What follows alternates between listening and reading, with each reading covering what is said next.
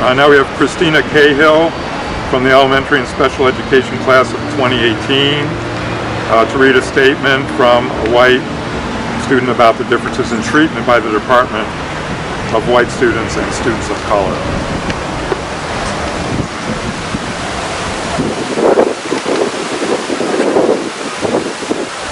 I'll be reading this in honor of a classmate who could not be here today.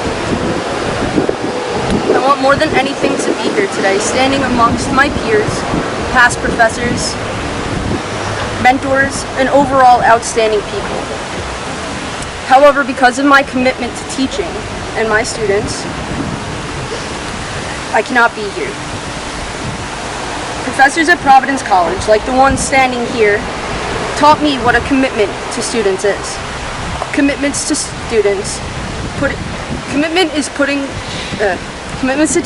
is putting their health and safety before anything else.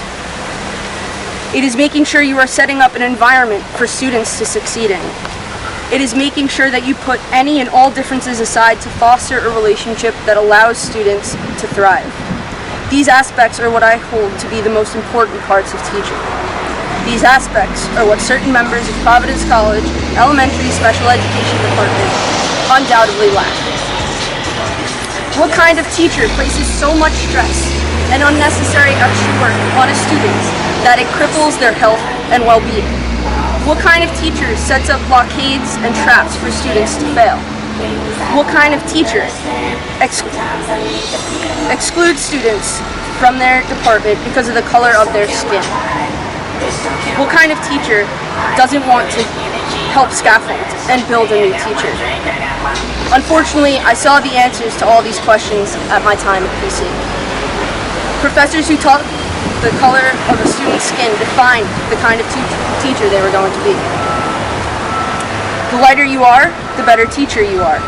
However, if you have some melanin in your skin, you might as well find a different major.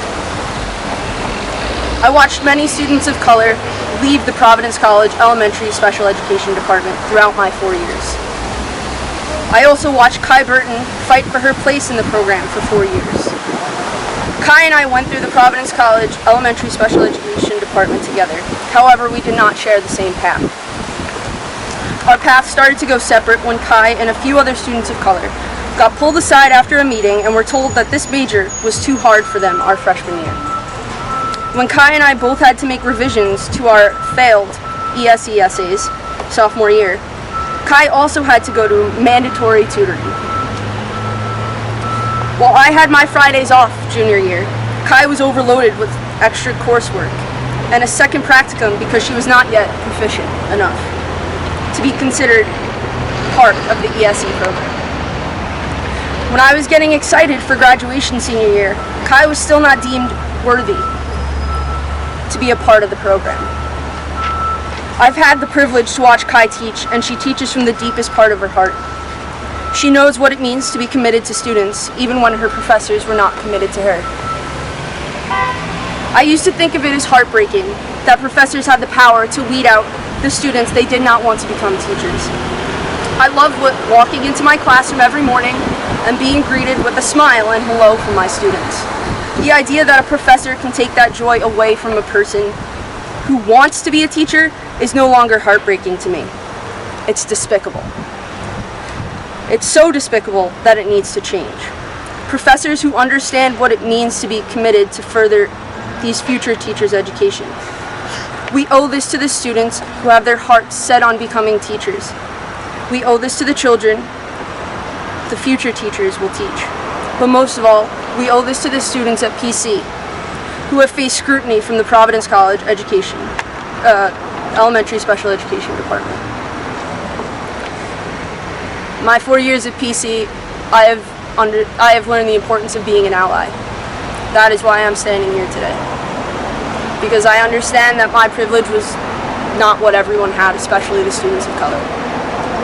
And my path does not look the same as Chi's, as the statement said. But what I learned is that it's important to be an ally when students need it most. And the professors here did not and were not allies to us. They set up ways for us to fail, and that just because of the color of your skin or just because you weren't their cookie cutter mold. And something needs to change.